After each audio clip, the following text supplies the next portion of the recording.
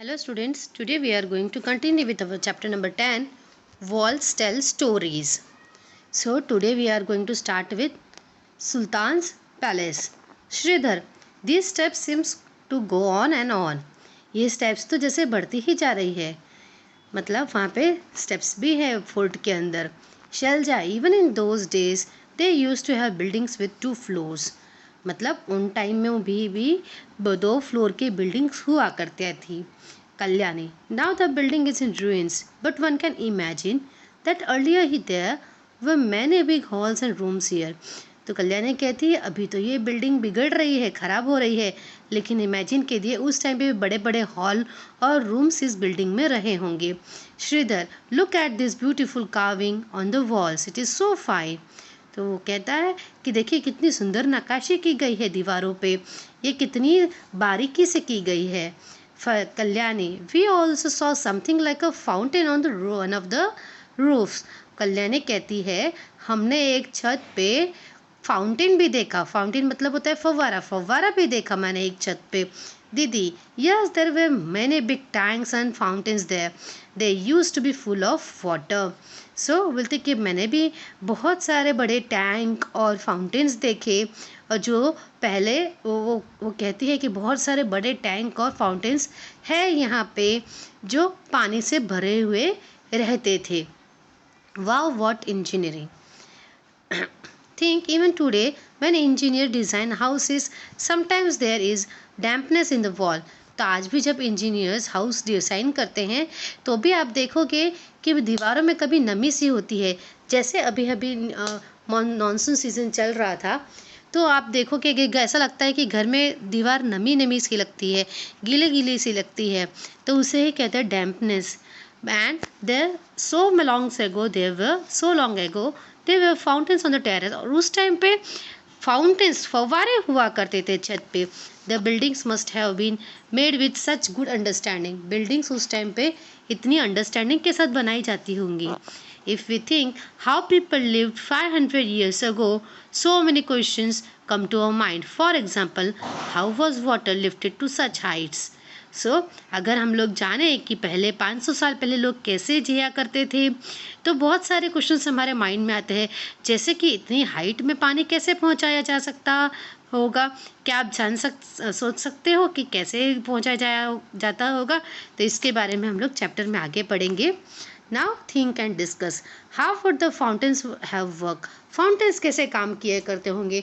तो fountains would have worked by getting their water supply from large tanks or reservoirs.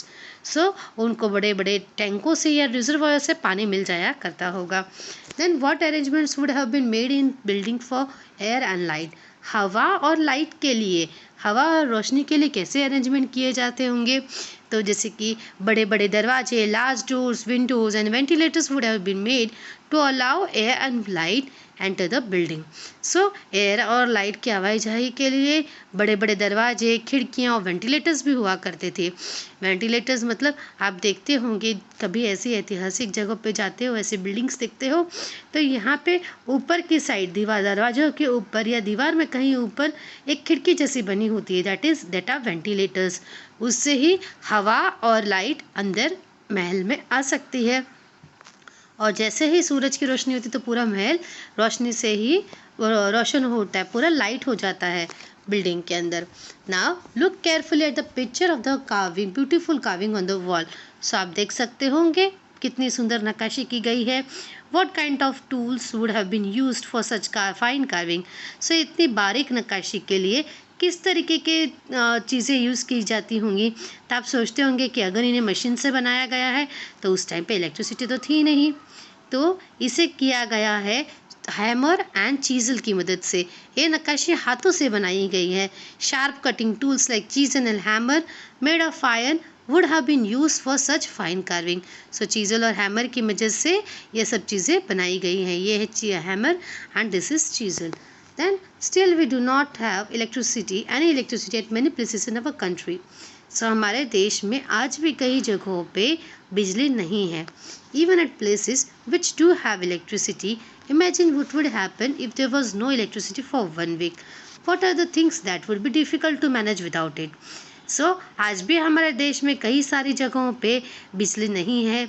तो ऐसे में अगर जहाँ हमारे पास आज बिजली है, अगर एक हफ्ते के लिए बिजली चली जाए तो हमारी लाइफ कैसे हो जाएगी? हमारी लाइफ पूरी तरह डिस्टर्ब हो जाएगी, हैम्पर्ड हो जाएगी। हमारे घर में पानी नहीं आएगा, क्योंकि पानी की मोटर से ही इलेक्ट्रिक वाटर पंप से ही तो पानी ऊपर चढ़ता है हमारे ओवर एंड टंकीज़ में। फिर टीवी, कंप्यूटर्स और किचन में जब भी मम्मी मशीन्स यूज़ करती है वो भी नहीं यूज़ कर पाएंगे। So if there was no electricity for 1 week, most of our daily activities would get hampered. There will be no water, TV, computer will not work, phones will stop working, connectivity will go off, no lights, no fans and coolers. So thus it will lead to a completely drastic situation. तो एकदम drastic situation हो जाएगी। हम लोग अभी electricity के बिना हमारी लाइफ इमेजिन भी नहीं कर पाते हैं। Now where is east west? अगर ईस्ट वेस्ट कैसे ढूंढोगे आप? At the place where does the sunrise, where does it set, where are you standing, find out all there is there in your west, what all is there in your west, what all is there in east and what all is there in or on your west. Also find out what places to your north and south. So अगर आप east की direction में face किए करके खड़े हो तो आपके वेस्ट साइड कहाँ आएगी, और ईस्ट साइड में अगर फेसिंग करते हो तो वेस्ट ईस्ट साइड कहाँ आएगी, और आपकी नॉर्थ और साउथ डायरेक्शन कौन सी साइड आएगी?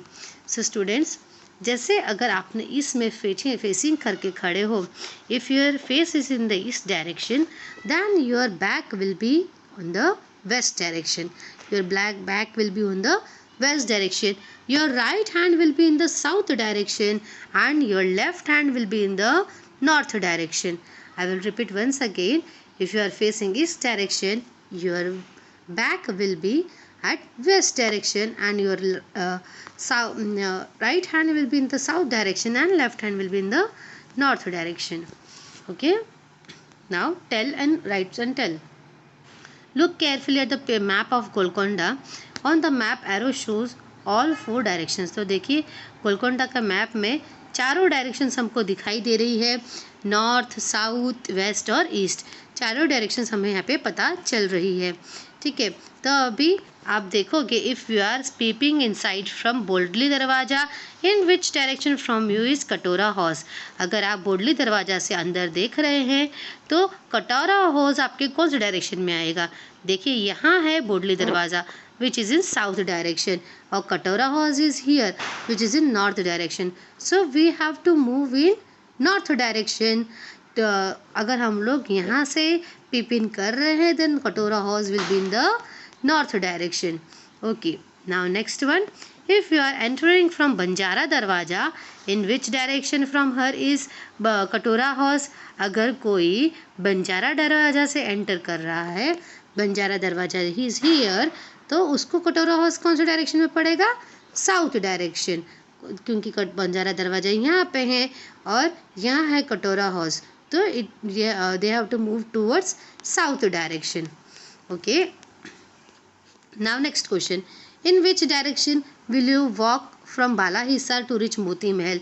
अभी देखिए बालाहिसार कहाँ है, here is Balahisar and this is Moti Mahal. ठीक है, तो हमको कौन से डायरेक्शन में मूव करना है?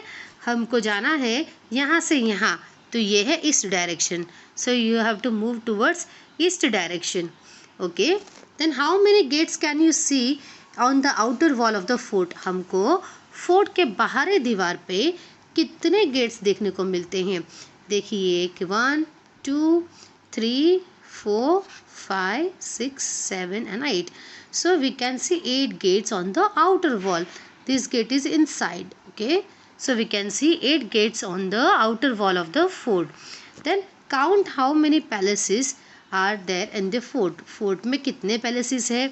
देखिए ये है मैप की की, जहाँ पे बताया गया है कि अलग अलग सिंबल्स का क्या मतलब है. तो यहाँ पे हम देखेंगे कि पैलेस के लिए कैसा सिंबल यूज़ किया गया है और इसी सिंबल को हम लोग मैप में काउंट कर लेंगे. यहाँ देख सकते हैं 1 2 3 4 and 5. So we can say 5 palaces are there in the fort. Then what arrangements for water can you see inside the fort? For example, wells, tanks, step wells. So map में arrangement for water क्या है? अब ये आप देखते हो water को generally blue colour से दर्शाया जाता है. ये देखिए यहाँ लिखा है अकर बावली. बावली मतलब होता है stepwell. So you can see baoli. There are so many baolis here. देखिए यहाँ पे 1 2 3 4 and 5. So there are 5 बावलीज and you can see here हॉज भी लिखा हुआ है 1 2 and 3. हॉज मीन्स होता है tank. So we can say 5 बावलीज and 3 hose are there. Okay. Then next question. On the map 1 centimeter is equal to 110 meters on the ground. Now tell on the map the distance between Bala Hisan and Fateh Darwaja is dash centimeter.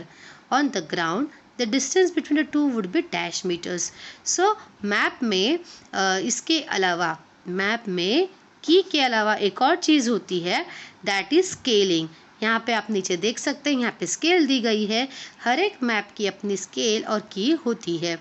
ठीक है. तो यहाँ पे देखिए यहाँ लिखा है 1 centimetre is equal to 110 metres. मतलब 1 सेंटीमीटर जितना हमको पेज पे दिख रहा है उतना 110 एक्चुअल में ग्राउंड में है.